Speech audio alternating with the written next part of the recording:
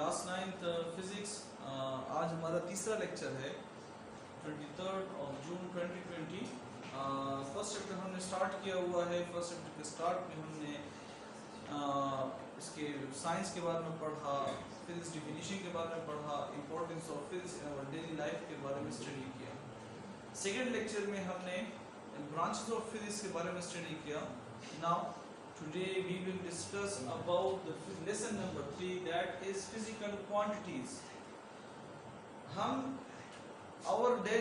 We can see, we can observe in our daily life different things, different quantities which are measurable. We can measure, so we can't understand how can it measure, how the unit comes. So physics will tell us, physics will describe those physical quantities. Physical quantities mean, इसमें हम पढ़ेंगे definition of physical quantity, example, characteristic, kinds हमारे पास physical quantity के। 9th के में हम यहाँ पर 2 ही पढ़ते हैं, वैसे 3 हैं। एक है base physical quantity, the second one is derived physical quantity. First of all हम आते हैं फिजिकल क्वांटिटीज की तरफ। Definition है, all measurable quantities are referred as physical quantities. Example, length, mass, temperature, time, density and volume. Physical quantities को हम refer वो सारी चीजें, वो तमाम चीजें जो कि हमारे पास measurable है, जिसके स्पेसिफिक यूनिट होता है और स्पेसिफिक यूनिट के साथ हम रिलेट करते हैं।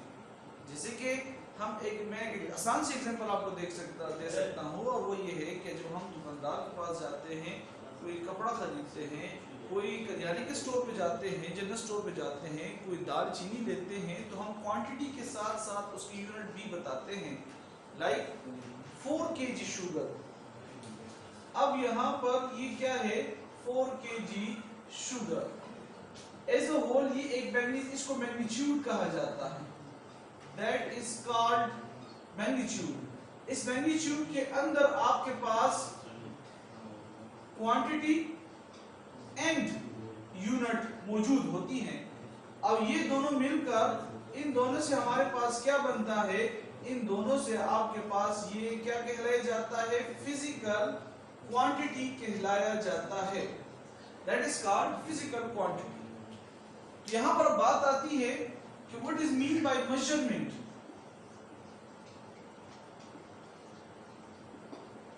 इसको हम डिफाइन करते हैं जिसे पैमाइश कहा जाता है। हम कहते हैं कि डिफरेंट चीजों, कपड़ा जब हम लेते हैं, जब कोई चीज कंस्ट्रक्शन कर रहे होते हैं तो उसकी पैमाइश करते हैं।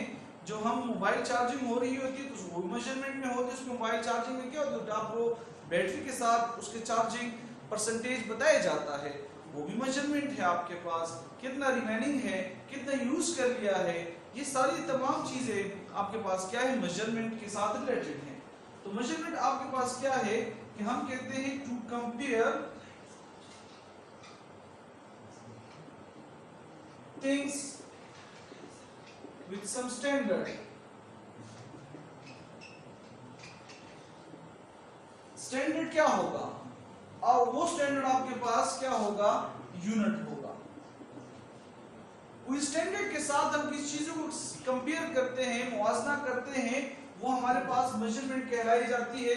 जैसे कि आप यहाँ पर देख सकते हैं कि हमारे पास मेजरिंग इंस्ट्रूमेंट बहुत सारे हैं। आज तो डिजिटल आ गए हैं, जैसे कि फिजिकल बैलेंस है। हम एक तरफ पर क्या रखते हैं, 1 kg स्टोन रख देते हैं जो कि स्टैंडर्ड है। दूसरी साइड पे हमारे पास क्वांटिटी होती है, कोई भी चीज होती है। लेट्स सपोज हमने मैंगोज ले लिए हैं, ठीक।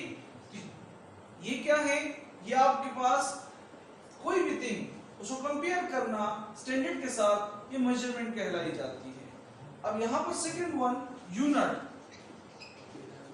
जिसको हम क्या कहते हैं, इकाई कहते हैं यूनिट को। तो यूनिट की डिफिनीशन भी कुछ इसी तरह है, the standard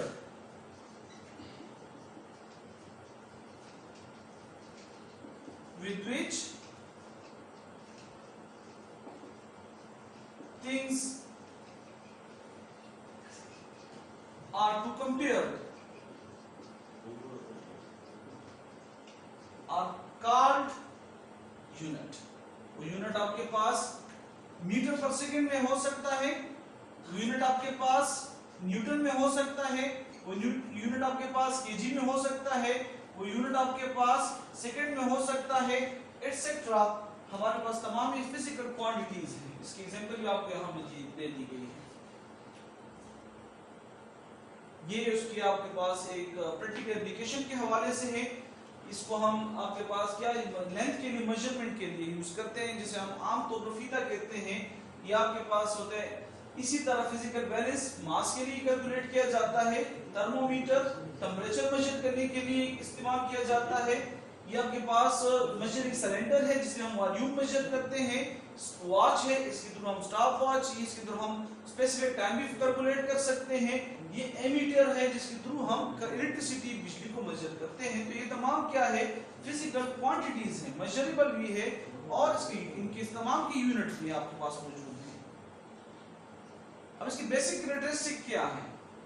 There are two characteristics of physical quantity which are numerical magnitude, unit in which it is measured.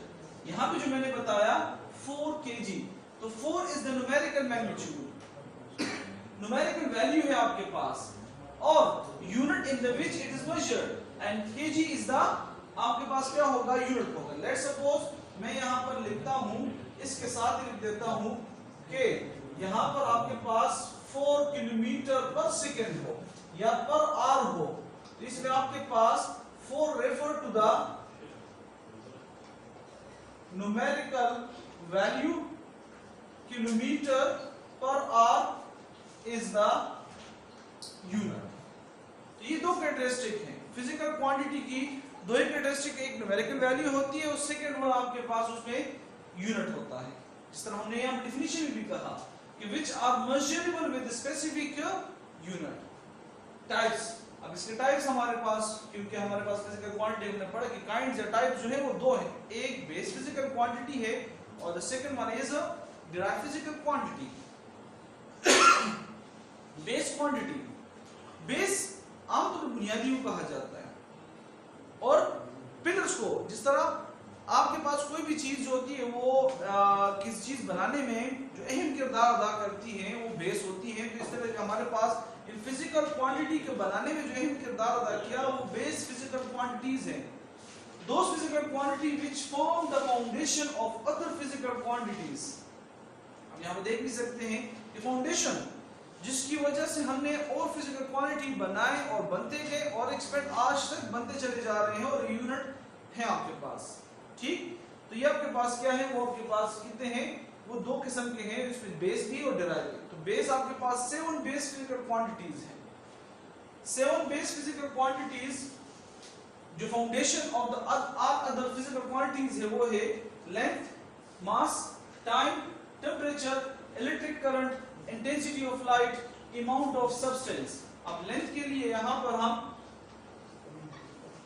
Symbol in the unit और यूनिट का सिंबल। लेंथ का सिंबल स्मॉल एल है, इसका यूनिट मीटर है और small M से denote किया जाता है। मास को स्मॉल एम से डिनोट किया जाता है, इसके यूनिट किलोग्राम है और इसको केजी से रिप्रेजेंट किया जाता है। टाइम को हम स्मॉल टी से रिप्रेजेंट करते हैं, इसके यूनिट सेकंड है और एस से रिप्रेजेंट किया जाता है। टेम्परेचर की यूनिट आपके पास जो सिंबल जो है वो कैपिटल टी है, यूनिट साइंटिस्ट के नाम से लॉर्ड केल्विन के, तो केल्विन इसके यूनिट है, के से रिप्रेजेंट किया जाता है। इलेक्ट्रिक करंट को आई से रिप्रेजेंट किया जाता है, इसके यूनिट एम्पियर है और इसको ए से रिप्रेजेंट किया जाता है। Intensity of light, intensity of light का यूनिट जो है वो कैंडेला है और सी डी से रिप्रेजेंट किया जाता है और इसको यहां पर कैपिटल एम से रिप्रेजेंट किया जाता है। Amount of substance, amount of substance को यहां पर आपके पास स्मॉल एन से रिप्रेजेंट किया जाता है और इसका यूनिट मोल और रिप्रेजेंटेशन MOL से किया जाता है। So these are the 7 base physical quantities and also called the foundation of all other physical quantities. and they are just 7, not other than that. So the length, mass, time, temperature, electric current, intensity of light, amount of substance, symbol, unit, and the unit symbol.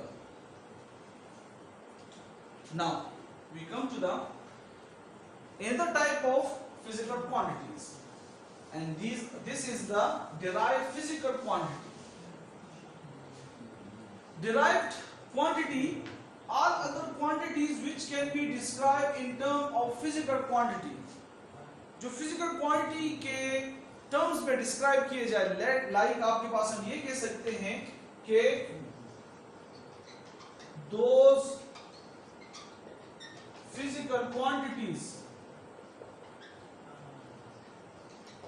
which are obtained through multiplication or division of base physical quantity with another physical quantity. हम ये भी कह सकते हैं कि जब आपके पास कोई भी एक बेस फिजिकल क्वांटिटी मल्टीप्लिकेशन में हो या डिवीजन में हो, किसी भी दूसरे बेस फिजिकल क्वांटिटी भी हो सकती है, कोई और फिजिकल क्वांटिटी के साथ आए तो वो क्या बन जाता है, वो आपके पास डिराइव्ड फिजिकल क्वांटिटी बन जाती है. क्योंकि डिराइव का मतलब अखज़ शुदा, अखज़ ना, और वो अखज़ डिराइव मीन कि वो कहाँ से डिराइव होता है, वो बेस से होता है, वो फाउंडेशन से होंगे, फाउंडेशन से रिलेटेड होती है वो आपके पास, क्योंकि फाउंडेशन के पिलर होते हैं. सो इसमें आपके पास एरिया है, वॉल्यूम है, डेंसिटी है, फोर्स. अब एरिया को देखें. एरिया को हम रिलेट करते हैं स्मॉल ए, कैपिटल ए से रिप्रेजेंट किया जाता है. इसके अंदर आपके पास length multiply breadth, L multiply B, L unit meter, breadth is where as well as it is also length, so that's why its unit is meter. Meter is a base unit, but it is multiplying with another base unit, so it become meter square. That's why we call area is a derived physical quantity, not a base physical quantity, because the base are just 7 base physical quantities, not other than that. So that's why. Now, volume V multiply is equal to length multiply breadth multiply height, and unit meter, breadth unit meter, height unit meter. That become meter cube. So it is also a derived physical quantity, because as we said that those physical quantities which are obtained through multiplication or division or of base physical quantity with another physical quantity, so it becomes derived. Like density, density represented by rho, and the formula is mass per unit volume, kg divided by meter cube, which is formed kg per meter cube. It is also the base physical quantity, the base unit multiplied with another base unit, it becomes a derived. Force unit is Newton. So 1 Newton is equal to kg meter per second square. So all these are the example of derived physical quantities. So this is the today lecture. We discuss about the physical quantities. What is the meaning of physical quantity? Then we describe, we define measurement, the unit, and the two types of physical quantity. These are the base physical quantity and derived physical quantity. So thank you. Any kind of suggestion and question you can ask.